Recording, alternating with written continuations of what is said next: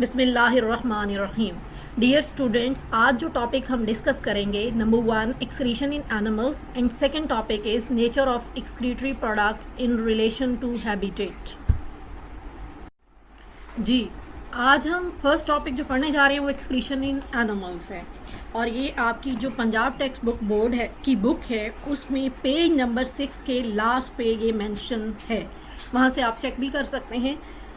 Excretion के बारे में आपने प्रीवियस लेक्चर में पढ़ा कि एक्सक्रीशन का मतलब क्या होता है। एक्सक्रीशन का मतलब होता है टू रिमूव या टू गेट रिड ऑफ। यहाँ पे प्रॉपर डेफिनेशन भी मेंशन है, एरोज लगा के मैंने थोड़ी सी एक्सप्लेन करने की कोशिश की है कि एक्सक्रीशन का मतलब है removal of metabolic waste from the body. अब मेटाबॉलिक वेस्ट क्या होता है? मेटाबॉलिक वेस्ट ऐसा वेस्ट या अनडाइजेस्टेड मटेरियल भी आप इसको कह सकते हैं कि अनडाइजेस्टेड मटेरियल या अनवांटेड मटेरियल जो कि बॉडी में ड्यूरिंग मेटाबॉलिज्म प्रोड्यूस होता है, उसको हम मेटाबॉलिक वेस्ट या अनडाइजेस्टेड मटेरियल का नाम देते हैं। अगर ये बॉडी में रिजाइड कर जाए तो ये बॉडी के लिए टॉक्सिसिटी कॉज कर सकता है, इसलिए इसे बॉडी में से एक्सक्रीट आउट होना या करवाना ज़रूरी होता है। अब सबसे पहले हम ये देख लेते हैं कितनी तरह के एनिमल्स हैं। एनिमल्स की डाइवर्सिटी है। 3 तरह के एनिमल्स हमने यहाँ डिस्कस किए हुए हैं। Number 1 is the marine animals, second one is the fresh water animals, third one is the terrestrial animals. Marine animals ऐसे एनिमल्स जो मैरीन वाटर में रहते हैं, सी एंड ओशन में रहते हैं।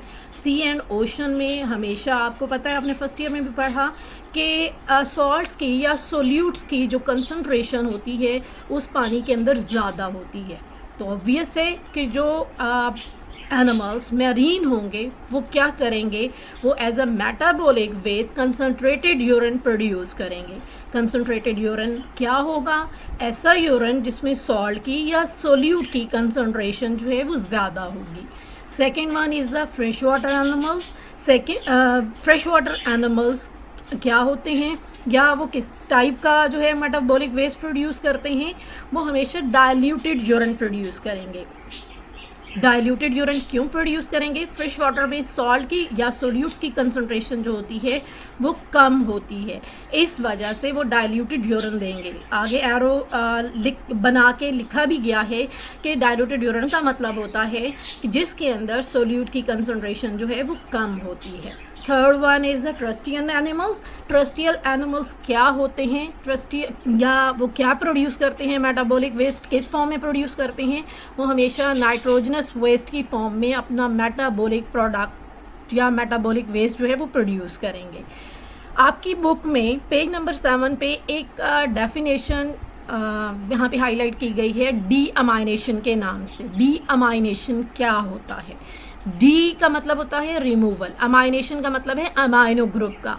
यहाँ पे मेंशन है कि catabolism, during catabolism of amino acid, amino group क्या किया जाता है? रिमूव कर दिया जाता है। इस चीज़ को हम डी अमाइनेशन का नाम देते हैं।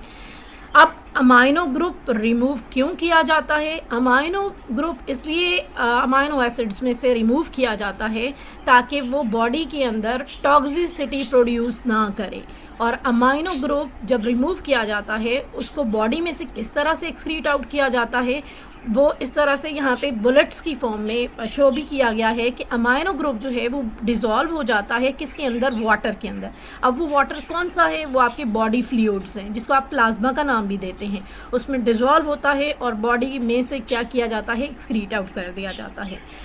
अब बॉडी के अंदर वेस्ट प्रोडक्ट्स हैं, अगर लो क्वांटिटी ऑफ नाइट्रोजन होगी तो वो कौन कौन से कंपाउंड आपकी बॉडी में बना सकते हैं? वो हो सकते हैं क्रेटेनिन हो सकता है, क्रेटीन हो सकता है और ट्राइमेथाइल अमाइन ऑक्साइड हो सकता है, जिसको ब्रैकेट में मेंशन किया गया है TMAO से।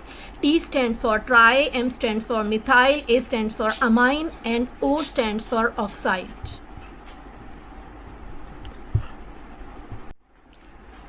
जब नाइट्रोजन की कंसंट्रेशन ज़्यादा होती है तो तब किस तरह के कंपाउंड्स जो हैं बॉडी के अंदर, लिविंग ऑर्गेनिज्म की बॉडी के अंदर फॉर्म होते हैं, इस डायग्राम में इस चीज़ को एक्सप्लेन किया गया है। ये डायग्राम आपकी जो टेक्स्ट बुक बोर्ड की है उसमें पेज नंबर 7 पे एक्सप्लेन की गई है। तीन तरह के कंपाउंड्स जो हैं वो बनते हैं जब नाइट्रोजन एक्सेस अमाउंट में होती है। Number one is the ammonia, second one is the urea and third one is the uric acid. अब सवाल ये पैदा होता है कि ये तीन तरह के जो कंपाउंड्स हैं किस तरह के ऑर्गेनिजम्स में, यानी मतलब उनका हैबिटेट क्या होगा, किस तरह के ऑर्गेनिज्म में प्रोड्यूस होगा और किन कंपाउंड से प्रोड्यूस होगा, यानी बॉडी के अंदर कौन से ऐसे कंपाउंड्स होंगे जिनके मेटाबॉलिज्म के रिजल्ट में ये तीन तरह के जो हमने यहाँ पे लास्ट में बॉटम में उनके स्ट्रक्चर्स भी बनाए गए हैं और नाम भी लिखे गए हैं, ये प्रोड्यूस होंगे। सबसे पहले देख लेते हैं हम लोग कि टॉप पे दो वर्ड्स लिखे हैं। Number one is the protein and second one is the nucleic acid. Proteins क्या किस तरह से बने होते हैं, अमाइनो एसिड से बने होते हैं। इसका मतलब है कि अमाइनो एसिड क्या हैं, प्रोटीन्स की बेसिक यूनिट्स हैं। अमाइनो एसिड मिलेंगे तो प्रोटीन्स जो हैं वो बनेंगी, और जब प्रोटीन्स टूटेंगे तो क्या होगा, अमाइनो एसिड हम दूसरी तरह से इस तरह से भी कंसिडर कर सकते हैं कि जब प्रोटीन्स ब्रेक डाउन होंगे, कैटाबोलिज्म होगा, तो क्या प्रोड्यूस होगा, अमाइनो एसिड प्रोड्यूस होगा। सेम इसी तरह से ऑपोजिट बॉक्स पे न्यूक्लिक एसिड लिखा गया है। न्यूक्लिक एसिड्स दो तरह के होते हैं जिसको आप डीएनए एंड आरएनए का नाम देते हैं। DNA and RNA basically nitrogenous bases से कंपोज्ड ऑफ होते हैं, या आप यूं भी कह सकते हैं कि जब न्यूक्लिक एसिड मतलब डीएनए या आरएनए ब्रेक डाउन होता है तो नाइट्रोजनस बेसिस जो हैं वो रिलीज होती हैं। नाइट्रोजनस बेसिस क्यों कहा जाता है, ये ऐसी बेसिस होती हैं जो कि नाइट्रोजन कंटेन करती हैं। और प्रोटीन्स में भी आपको पता है अमाइनो एसिड्स के अंदर बेसिक कंपोनेंट क्या है, नाइट्रोजन है। क्यों नाइट्रोजन है, क्योंकि अमाइनो ग्रुप पे कंसिस्ट करता है ये। अब नाइट्रोजनस बेसिस दो तरह की होती हैं, केमिस्ट्री में भी आपने पढ़ी होंगी, प्यूरीन्स एंड पायरामिडीन्स, ठीक है। उनमें से भी क्या होगा, अमाइनो ग्रुप रिलीज होगा। सिंपल ये हमें जो डायग्राम है वो एक्सप्लेन करती है कि प्रोटीन्स और न्यूक्लिक एसिड का जब ब्रेकडाउन होगा, कैटाबोलिज्म होगा या मेटाबॉलिज्म हम कह सकते हैं, जब होगा तो क्या होगा, अमाइनो ग्रुप जो है वो रिलीज होगा। अब डिफरेंट तरह के एनिमल्स यहाँ पे नीचे डायग्राम बनी हुई है। सबसे पहले तो एक्वाटिक एनिमल्स बने हुए हैं जिसमें जिसको रिप्रेजेंट किया गया एक फिश से, और सेकेंड जो है एक एलिफेंट की आपको डायग्राम नज़र आ रही है, ये मैमल्स को और मैमल्स को एक्सप्लेन कर रहा है। इसके साथ साथ थर्ड जो है वो थर्ड डायग्राम जो है वो एक बर्ड की बनी हुई है। जो अमाइनो ग्रुप एक्वाटिक एनिमल्स के अंदर जब अमाइनो ग्रुप प्रोड्यूस होगा तो वो बॉडी में से किस फॉर्म में एक्सक्रीट आउट होगा, वो इन द फॉर्म ऑफ अमोनिया होगा। सेम यही अमाइनो ग्रुप अगर मैमल्स के अंदर या एम्फीबियंस के अंदर, बोनी फिशेस, शार्क वगैरह हैं, उनके अंदर प्रोड्यूस होगा तो बॉडी में से किस फॉर्म में रिलीज होगा, इन the form of urea release होगा। थर्ड वन जो है एक बर्ड की जो डायग्राम बनी हुई है, इसका मतलब है कि जो बर्ड्स, इंसेक्ट्स और रेप्टाइल्स के अंदर या जो लैंड स्नेल्स होते हैं उनके अंदर जब अमाइनो ग्रुप प्रोड्यूस होगा as a result of catabolism of proteins and nucleic acid, तो क्या प्रोड्यूस करेगा, uric acid as a excretory product release करेगा। इसको हम आगे एनिमल्स को एक्सप्लेन करेंगे कि हमने किस तरह से इनको कैटेगराइज किया गया है या नाम क्या दिए गए हैं, वो नेक्स्ट स्लाइड पे हम देखेंगे। अभी फ़िलहाल आप आ जाएं, मैंने अभी यहाँ पे एक्सप्लेन किया था न्यूक्लिक एसिड्स को कि nucleic acid basically nitrogenous bases से कंपोज्ड ऑफ होते हैं, और नाइट्रोजनस बेसिस मैंने दो मेंशन की हैं, प्यूरीन्स एंड पायरामिडीन्स। अगर डायग्राम की लेफ्ट साइड पर आप देखें तो प्यूरीन्स एंड पायरामिडीन्स मेंशन हैं, ये दो नाइट्रोजनस बेसिस हैं। जब इनका कैटाबोलिज्म होगा तो कौन कौन से कंपाउंड प्रोड्यूस होंगे, यहाँ पे वो मेंशन है। हाइपोजेंथीन नंबर 1, नंबर 2 जेंथीन प्रोड्यूस होगा, नंबर 3 यूरिक एसिड प्रोड्यूस होगा, नंबर 4 पे एलेंटोइन प्रोड्यूस होगा, नंबर 5 पे यूरिया और नंबर 6 पे अमोनिया प्रोड्यूस होगा। यूरिक एसिड यहाँ पे मेंशन है, अगर ह्यूमन बॉडी के अंदर ये प्रोड्यूस होता है, यूरिक एसिड की जब कंसंट्रेशन ज़्यादा हो जाती है तो आपने एक कंडीशन सुनी होगी, अरिथ्राइटिस, जॉइंट्स में पेन स्टार्ट हो जाती है यूरिक एसिड। इस वजह से कहा जाता है कि इनको एक्सक्रीट आउट होना, नाइट्रोजनस वेस्ट को एक्सक्रीट आउट होना बॉडी में से ज़रूरी होता है। Second topic of discussion is nature of excretory products in relation to habitat. Excretory products की जो नेचर होती है बेसिकली वो डिपेंड कर रही होती है availability of the water to the organisms, के लिविंग ऑर्गेनिज्म को कितना पानी अवेलेबल है उसके ऊपर डिपेंड कर रही होती है। हमने प्रीवियस देखा कि हम तीन तरह के कंपाउंड्स होते हैं वो प्रोड्यूस होते हैं जब नाइट्रोजन एक्सेस अमाउंट में होती है तो number 1 is ammonia, second urea और third one is the uric acid. उसकी बेस पे फर्दर हम लिविंग ऑर्गेनिजम्स को कैटेगराइज करने जा रहे हैं या क्लासीफाई करने जा रहे हैं। नंबर 1 अमोनोटैलिक, ब्रैकेट में मेंशन है, अमोनिया लिख के मेंशन है अमोनोटैलिक। ऐसे ऑर्गेनिज्म जो अमोनिया को as a waste product produce करते हैं, उन ऑर्गेनिज्म को हम अमोनोटैलिक ऑर्गेनिजम्स का नाम देते हैं। अब कंडीशन क्या होनी चाहिए, अमोनिया किन ऑर्गेनिजम्स के अंदर प्रोड्यूस हो रहा है, जो ऐसे ऑर्गेनिज्म जो फ्रेश वाटर में रिजाइड करते हैं या रहते हैं, वो क्या प्रोड्यूस करते हैं। मतलब फ्रेश वाटर का मतलब ये है कि वो हाइपोटोनिक सोल्यूशन होगा, मीन सोल्यूट की कंसंट्रेशन जो है वो कम होगी। तो ऐसे ऑर्गेनिज्म जो फ्रेश वाटर में रिजाइड करते हैं और as a waste material ammonia produce करते हैं, ऐसे ऑर्गेनिजम्स को हम अमोनोटैलिक ऑर्गेनिजम्स का नाम देते हैं। अमोनिया जो है ये बहुत टॉक्सिक होता है। अब ये टॉक्सिक क्यों है, इस वजह से कि बहुत तेज़ी के साथ वाटर के अंदर डिज़ोल्व हो जाता है। कौन से वाटर के अंदर, जो कि हमारे बॉडी फ्लूइड कहलाती हैं, उनके अंदर ये बहुत आसानी के साथ डिज़ोल्व हो जाता है। अब बॉडी फ्लूइड में जब ये डिज़ोल्व होता है तो ये क्या करता है, ये एज अ रिज़ल्ट बॉडी की जो पीएच होती है ब्लड की या प्लाज्मा की, उसको इंक्रीज़ कर देता है। मतलब बॉडी के अंदर डिस्टर्बेंस जो है वो क्रिएट कर देता है। अब दूसरा क्या ये काम करता है कि अमोनिया अगर सॉल्युबल हो जाता है वाटर के अंदर तो ये तेज़ी के साथ डिफ्यूज़ कर जाता है। और कहाँ पे डिफ्यूज़ करता है, सेल की सेल मेम्ब्रेन के अंदर, और सेल के अंदर चला जाता है और वहाँ पे सेल के अंदर और बॉडी के अंदर टॉक्सिसिटी पैदा करता है। इस वजह से इसको बॉडी में से रिमूव आउट करना ज़रूरी होता है। अब कितनी क्वांटिटी ऑफ वाटर जो है वो रिक्वायर्ड होती है, नाइट्रोजन जो कि अमोनिया की फॉर्म में मौजूद है, अमोनिया की फॉर्म में मौजूद होता है, कितना चाहिए होता है वो बॉटम में लिखा है कि 1 ग्राम ऑफ नाइट्रोजन जो अमोनिया के अंदर प्रेजेंट होता है उसको रिमूव करने के लिए हमें 500 ml ऑफ वाटर जो है वो रिक्वायर्ड होता है। इसका मतलब हम यूँ कह सकते हैं कि 1 ग्राम पर 500 ml of 1 gram of nitrogen पर 500 ml ऑफ वाटर जो है वो अमोनिया को बॉडी में से निकालने के लिए रिक्वायर्ड होता है। जी, अमोनोटैलिक हमने डिस्कस कर लिया कि ऐसे ऑर्गेनिजम्स जो ammonia as a waste material या as a metabolic waste produce करते हैं उनको हम अमोनोटैलिक ऑर्गेनिज्म का नाम देते हैं। सेकेंड, हमने ये भी देख लिया कि उनमें सप्लाई ऑफ वाटर जो है वो मैक्सिमम होती है। सेकेंड जो हम डिस्कस करने जा रहे हैं वो है यूरियोटैलिक ऑर्गेनिज्म, ब्रैकेट में मेंशन है, साथ यूरिया मेंशन है।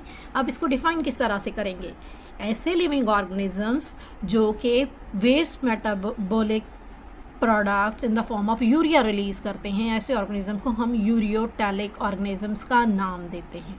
अब ऐसे ऑर्गेनिजम्स कौन से हैं,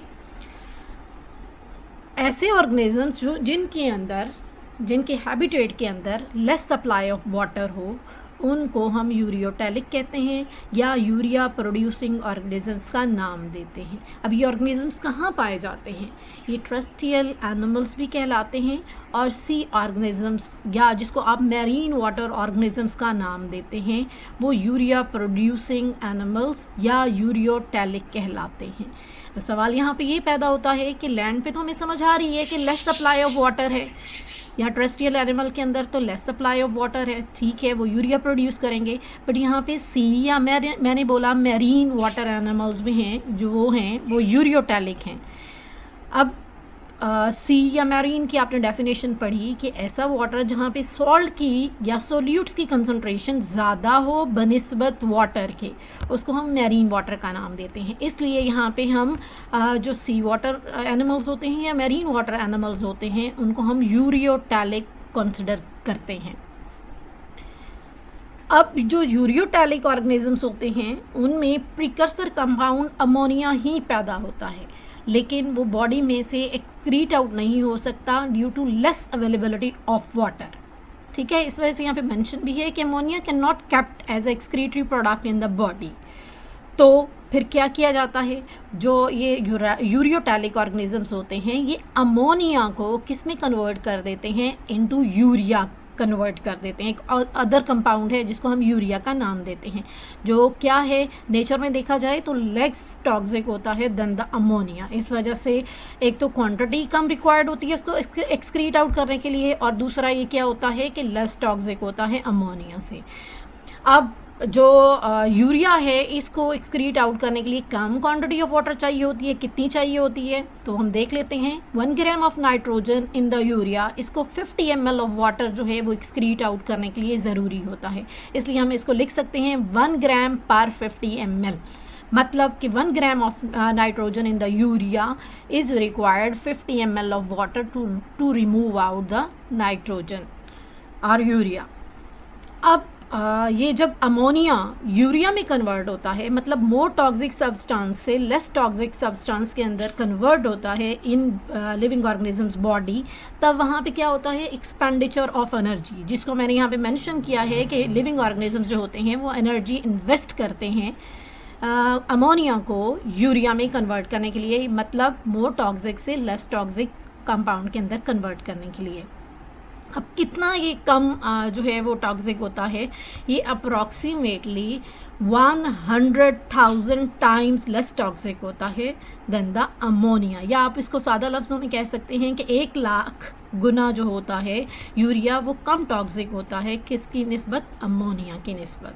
तो that all about the ureotelic organism. जी, यूरियोटैलिक में हमने देखा कि अमोनिया जो है जो मोर टॉक्सिक सब्सटेंस है वो किस में कन्वर्ट हो रहा है, यूरिया के अंदर, मींस लेस टॉक्सिक सब्सटेंस के अंदर। अब ये जो डायग्राम है ये आपकी बुक में पेज नंबर 8 पे मेंशन है, वहाँ से भी आप देख सकते हैं। इसको हम यूरिया साइकिल का नाम देते हैं। इसमें जो है वो शो किया गया है कि कैसे अमोनिया, टॉप पे देखें तो अमोनिया मेंशन है, साथ कार्बन डाइऑक्साइड मेंशन है, और बिल्कुल बॉटम में मेंशन है यूरिया। इसका मतलब है कि अमोनिया जो है वो एक साइक्लिक पाथवे में एंटर हो जाती है, और एज अ रिज़ल्ट जो प्रोडक्ट देती है वो यूरिया देती है। मीन अमोनिया कन्वर्ट हो रही है किसके अंदर, यूरिया के अंदर, मोर टॉक्सिक से लेस टॉक्सिक सब्सटेंस में कन्वर्ट हो रही है। अब यहाँ पे टॉप पे मेंशन है अमोनिया प्लस कार्बन डाइऑक्साइड, ये दो एज अ रिएक्टेंट जो है वो काम करेंगे। एक अमोनिया जो अभी आपने देखा कि अमोनिया प्रोड्यूस होता है बॉडी के अंदर, ठीक है, वो प्लस कार्बन डाइऑक्साइड जो लिविंग ऑर्गेनिज्म प्रोड्यूस करते हैं ड्यूरिंग मेटाबॉलिज्म, वो कंबाइन करते हैं ऑर्निथीन। लेफ्ट साइड पे देखें साइकिल के अंदर एक लिखा हुआ है प्रीकर्सर कंपाउंड, उसका नाम है ऑर्निथीन। ऑर्निथीन के साथ जब अमोनिया और एक कार्बन डाइऑक्साइड मिलेंगे तो एक कंपाउंड देंगे सिट्रोलीन, ठीक है। इसका मतलब होगा जो सिट्रोलीन है वो एक नाइट्रोजन कंटेन कर रहा है, और यूरिया हमने बनाना है। यूरिया बनाने के लिए हमें क्या चाहिए, 2 नाइट्रोजन। केमिस्ट्री में आपने उसका फॉर्मूला भी पढ़ा हुआ है कि 2 अमाइनो ग्रुप चाहिए होते हैं। तो सेकेंड अमोनिया जो है वो second nitrogen of urea produce करने के लिए यहाँ पे दोबारा एंटर होगा सिट्रोलीन के अंदर, और एक न्यू कंपाउंड जनरेट होगा जो कि 2 नाइट्रोजन कंटेन या 2 अमाइनो ग्रुप कंटेन करेगा। उस कंपाउंड को हम एक नाम देंगे आर्जिनोसक्सीनेट का। आर्जिनोसक्सीनेट में फर्दर चेंजेस आएंगी, जो किस में कन्वर्ट हो जाएगा, आर्जिनिन के अंदर कन्वर्ट हो जाएगा। आर्जिनिन के ऊपर एक एंजाइम है आर्जिनेज, वो एक्ट करेगा तो कन्वर्ट हो जाएगा यूरिया के अंदर। अदरवाइज आर्जिनिन जो है वो दोबारा से अपने प्रीकर्सर कंपाउंड ऑर्निथीन के अंदर चेंज हो जाएगा। अमोनोटैलिक एंड यूरियोटैलिक हम डिस्कस कर चुके हैं। थर्ड वन जो हैबिटेट के अकॉर्डिंग हमने लिविंग ऑर्गेनिज्म को क्लासीफाई किया था वो है यूरेकोटैलिक, वो हम डिस्कस करने जा रहे हैं। यूरेकोटैलिक ऐसे ऑर्गेनिजम्स होते हैं जो यूरिक एसिड को as a metabolic waste produce करते हैं। यूरिक एसिड बेसिकली क्या होता है, ये प्यूरिन्स होते हैं। पीछे भी हमने डिस्कस किया प्यूरिन्स क्या होती हैं, नाइट्रोजनस बेसेस होते हैं, और ये लेस टॉक्सिक होते हैं देन द यूरिया। अगर हम क्लासिफिकेशन में देखें, टॉक्सिसिटी के हिसाब से देखें तो हम ये कह सकते हैं कि uric acid is less toxic than urea and urea is less toxic than the ammonia. अब यूरिक एसिड जो है वो किन ऑर्गेनिजम्स के अंदर प्रोड्यूस होता है, ये ऐसे ऑर्गेनिजम्स के अंदर प्रोड्यूस होता है जिनके अंदर acute shortage of water supply होती है, वो क्या प्रोड्यूस करते हैं? यूरिक एसिड प्रोड्यूस करते हैं। इनमें बर्ड्स आ जाते हैं, इंसेक्ट्स आ जाते हैं। ये बर्ड्स और इंसेक्ट्स जो होते हैं वो इन the form of uric acid अपना वेस्ट मटेरियल देते हैं। अब इसको एक्सक्रीट आउट करने के लिए कितनी क्वांटिटी ऑफ वाटर रिक्वायर्ड होता है? शॉर्टेज है ऑलरेडी, तो इसमें 1 gram of nitrogen of uric acid उसको रिक्वायर्ड होता है 1 ml of water to excrete out, मतलब 1 ग्राम पर 1 ml जो है वो रिक्वायर्ड होता है। यूरिक एसिड हमेशा प्रेसिपिटेट्स की फॉर्म में जो है या क्रिस्टलाइन फॉर्म में रिलीज होते हैं। किस चीज़ से? बॉडी सॉल्यूशंस से। एट द एंड हम डिस्कस करेंगे यूरियोटैलिक एंड यूरैकोटैलिक ऑर्गेनिजम्स में एवोल्यूशनरी एडेप्टेशंस। जो यूरिया प्रोड्यूसिंग और यूरिक एसिड प्रोड्यूसिंग और एनिमल्स हैं उनके अंदर दो तरह की साइंटिस्ट के अकॉर्डिंग एवोल्यूशनरी एडेप्टेशंस होती हैं। Number 1 is the chemical nature of excretory products, कि किस तरह की जो एक्सक्रीटरी प्रोडक्ट वो प्रोड्यूस कर रहे हैं उसकी केमिकल नेचर क्या है। Second one, diversity in excretory structures, के ऑर्गेनिजम्स की डाइवर्सिटी की बेस पे उनके अंदर जो एक्सक्रीटरी स्ट्रक्चर्स हैं, लाइक आप नेक्स्ट लेक्चर्स में पढ़ेंगे कि जो प्लेनेरिया है, या आपने शायद पहले डिस्कस भी किया हो कि प्लेनेरिया के अंदर प्रोटोनेफ्रिडियम होते हैं या फ्लेम सेल्स होते हैं फॉर एक्सक्रीशन। सेम इसी तरह से अर्थवॉर्म में आपने पढ़ा होगा नेफ्रोस्टोम्स होते हैं फॉर एक्सक्रीशन। इनको हम बोलते हैं एक्सक्रीटरी स्ट्रक्चर। तो डाइवर्सिटी इन एक्सक्रीटरी स्ट्रक्चर जो है वो सेकेंड मॉडिफिकेशन है। अब समराइज़ कर लेते हैं लास्ट पे जो आज हमने पॉइंट्स डिस्कस किए हैं। हमने एक्सक्रीशन इन एनिमल डिस्कस किया, किस तरह की एक्सक्रीशन होती है। उसमें हमने डीएमाइनेशन को डिस्कस किया, what is deamination. Second number पे हमने ये देखा कि जब क्वांटिटी नाइट्रोजन की कम होती है तो किस तरह के कंपाउंड्स पैदा होते हैं, प्रोड्यूस होते हैं। क्रेटानिन, क्रेटाइन, ट्राइमिथाइल अमाइन ऑक्साइड आपने देखा वो प्रोड्यूस हुए। सेम इसी तरह से जब एक्सेस में नाइट्रोजन बॉडी में प्रोड्यूस होता है तो 3 तरह के कंपाउंड्स हमने पढ़े प्रोड्यूस होते हैं, ammonia, urea and uric acid. फिर हमने देखा ये किन कंपाउंड से प्रोड्यूस होते हैं, ये प्रोटीन्स और न्यूक्लिक एसिड से प्रोड्यूस होते हैं। फिर हमने इनको रिलेट किया इनके हैबिटेट के हवाले से और लिविंग ऑर्गेनिजम्स को क्लासीफाई किया। 3 तरह से क्लासीफाई किया, ammonia producing animals called ammonotelic, urea producing animals called ureotelic and uric acid producing animals called uricotelic. Then हमने क्वांटिटी इनमें 1 बाय 1 देखी कि कितनी जो क्वांटिटी है वाटर की रिक्वायर्ड होती है इन मटेरियल्स को बॉडी में से एक्सक्रीट आउट करने के लिए। यूरियोटैलिक में हमने यूरिया साइकिल का भी डिस्कस किया कि अमोनिया जो है वो किस तरह से यूरिया में कन्वर्ट होता है। और लास्ट में हमने डिस्कस किया evolutionary adaptations. Thank you so much students. उम्मीद है आपको समझ आ गई होगी इस टॉपिक के बारे में। अगर इसको डिटेल से सुने और उसके बाद अगर आपकी कोई क्यूरीज़ हैं तो आप मुझे सेंड कर सकती हैं, आपको इंशाल्लाह आंसर मिलेगा उस चीज़ का। इंशाल्लाह नेक्स्ट लेक्चर में आपसे मुलाकात होती है। अल्लाह हाफिज़।